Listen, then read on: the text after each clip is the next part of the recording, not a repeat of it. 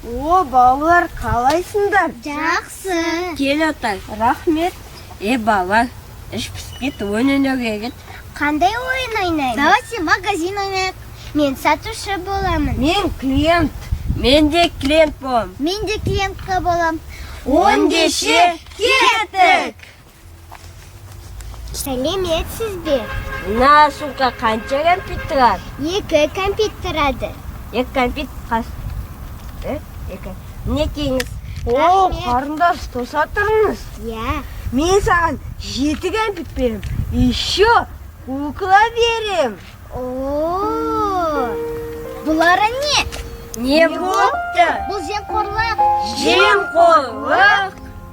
Сен өз пайдаң үшін жұмыс істейсің. Кішкентайдан осындай болсыңдар. Өскенде не боласыңдар? Болашақтар не болады? Ұқтыңдар ма үлкендер?